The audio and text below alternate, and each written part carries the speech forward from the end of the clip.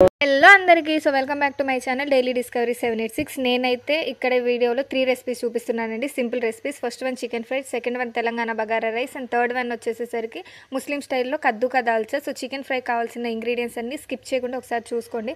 So ప్రాసెస్లోకి వెళ్ళిపోతే first అయితే వాష్ చేసుకున్న చికెన్లో మనం సాల్ట్ అండ్ దాంతో పాటు పసుపు అండ్ కొంచెం నిమ్మరసం అండ్ అల్లం వెల్లుల్లి పేస్ట్ వేసి దీన్ని బాగా మ్యారినేట్ చేసుకోవాలండి. మ్యారినేట్ చేసుకుంటే మనకు కొంచెం పీస్ అనేది సాఫ్ట్గా ఉంటుందన్నమాట.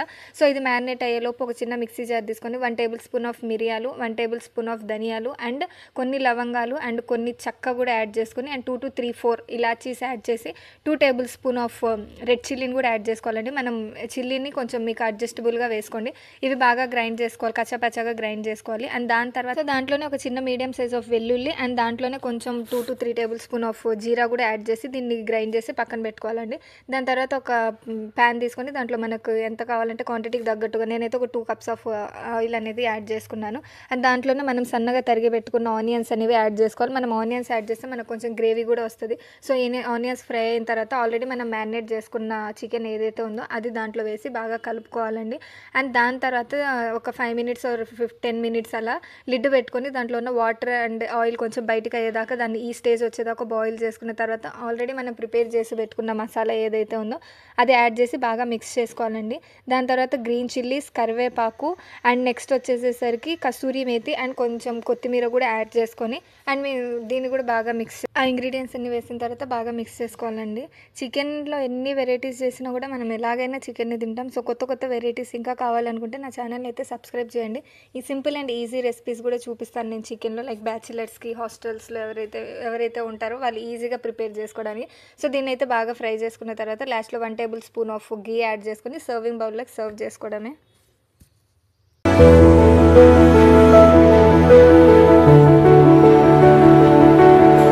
సో మన వీడియోలో సెకండ్ రెసిపీ వచ్చి తెలంగాణ బగారా రైస్ అండి, వితౌట్ ఎనీ మసాలాస్, చాలా సింపుల్గా చేసుకోవచ్చు. స్క్రీన్ మీద కనిపిస్తున్న ఇంగ్రీడియంట్స్ అన్ని స్కిప్ చేయకుండా చూడండి. ఇక్కడైతే నేను బగారా రైస్ కోసం బియ్యం అనేది నానబెట్టుకుంటున్నాను. ఫస్ట్ ఒక కడాయి తీసుకొని దాంట్లో ఆయిల్ వేసుకోవాలండి. 3 to 4 table spoons of oil వేసుకొని ఆల్రెడీ మనం తీసి పెట్టుకున్న బగారా స్పైసెస్ ఏవైతే ఉన్నాయో బిర్యానీ స్పైసెస్ అవి యాడ్ చేసుకొని అండ్ దాంట్లోనే ఆనియన్స్ కూడా యాడ్ చేసుకోవాలి. కొంచెం ఆనియన్స్ ఫ్రై అయిన తర్వాత దాంట్లో అల్లం వెల్లుల్లి పేస్ట్ కూడా యాడ్ చేసుకోవాలి అండ్ కొత్తిమీర, కరివేపాకు, పచ్చిమిరపకాయలు యాడ్ చేసుకొని ఫ్రై అయిన తర్వాత దాంట్లో మనం వాటర్ అనేది యాడ్ చేసుకోవాలండి. దాని తర్వాత సాల్ట్ యాడ్ చేసి లిడ్ పెట్టాలి. వాటర్ ఈ స్టేజ్లో ఉడుకుతున్నప్పుడు మనం ఎప్పుడైతే నానబెట్టి పెట్టుకున్న రైస్ ఏవైతే ఉన్నా అవి యాడ్ చేయాలి. మెజర్మెంట్స్ వచ్చేసరికి 1 గ్లాస్ ఆఫ్ రైస్కి 1.5 గ్లాస్ ఆఫ్ వాటర్ అనేది యాడ్ చేసుకోవాలండి. ఎందుకంటే వాటర్ కొంచెం అటు ఇటు అయినా మనకు తక్కువ అయితే పచ్చిగా అవుతుంది అండ్ కొంచెం ఎక్కువ అయితే మెత్తగా అవుతుంది కాబట్టి కరెక్ట్ మెజర్మెంట్స్ అనేవి ఎప్పుడు తీసుకోవాలి. సో ఆల్ ఓవర్గా ఒకసారి కలిపేసిన తర్వాత ఫ్లేమ్ని ఎలా అడ్జస్ట్ చేసుకోవాలంటే ఒక ఫస్ట్ 5 minutes మీడియం ఫ్లేమ్లో పెట్టాలి అండ్ నెక్స్ట్ 10 minutes లో ఫ్లేమ్లో పెట్టుకోండి. సో 5 minutes తర్వాత తీసి ఒకసారి దాంట్లో కొంచెం గీ అనేది యాడ్ చేసి 10 minutes లో ఫ్లేమ్లో వదిలేసేయండి. సో మన స్టైల్ తెలంగాణ బగారా రైస్ అయితే రెడీ అయిపోయింది. ఏ ఏజ్ వాళ్ళు కూడా టెన్షన్ లేకుండా హ్యాపీగా తినవచ్చు.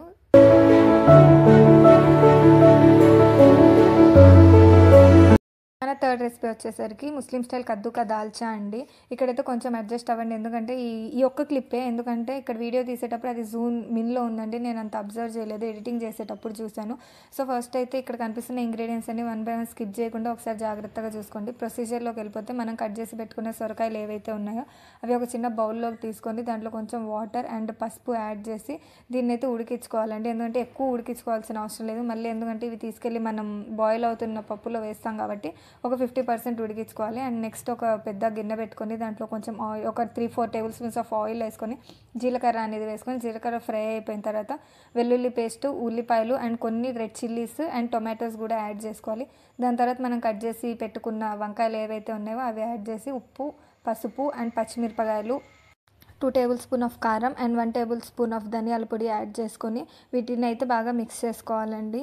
బాగా మిక్స్ చేసుకున్న తర్వాత మనం ఆల్రెడీ ఏవైతే ఉడికించి స్మాష్ చేసి శనగపప్పుని యాడ్ చేసిన తర్వాత దీన్ని అయితే ఒకసారి బాగా కలుపుకుందామంటే కలుపుకున్న తర్వాత మనం ఆల్రెడీ నానబెట్టుకున్న చింతపండు రసం ఏదైతే ఉంటుందో అది యాడ్ చేసుకొని వాటర్ అనేవి యాడ్ చేసిన తర్వాత ఆల్రెడీ 50% బాయిల్ చేసి పెట్టుకున్న సొరకాయ కూడా యాడ్ చేసుకోవాలి. కొంచెం కరివేపాకు అండ్ కొంచెం కొత్తిమీర కూడా యాడ్ చేసుకొని బాగా మిక్స్ చేసుకోవాలి. దీంట్లో కనుక కొంచెం చింతపండు రసం కనుక ఎక్కువ ఉంటే మనం తినేటప్పుడు కొంచెం పుల్లగా బాగుంటుంది. సో టేస్ట్ అయితే కొంచెం ఎన్హాన్స్ అవుతుంది.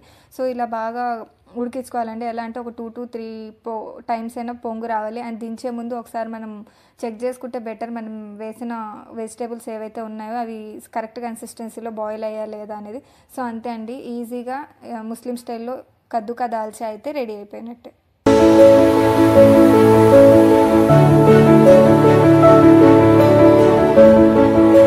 సో నేను చూపించిన 3 రెసిపీస్లో మీకైతే ఈజీ రెసిపీ తొందరగా అయిపోతుంది అనిపిస్తుందో, ఆర్ మీకు ఏదైతే రెసిపీ నచ్చిందో ఆ రెసిపీని ట్రై చేసి ఖచ్చితంగా మీకు ఎలా వచ్చింది, ఎలా కుదిరింది అనేది నాకైతే కామెంట్ సెక్షన్లో కామెంట్ చేయండి. అండ్ మరిన్ని వీడియోస్ కోసం నా ఛానల్ని సబ్స్క్రైబ్ చేయండి, లైక్ చేయండి, షేర్ చేయండి. మీకు ఇంకా మరిన్ని ఎలాంటి వీడియోస్ కావాలో నాకైతే కామెంట్ సెక్షన్లో మెన్షన్ చేయండి. By by guy.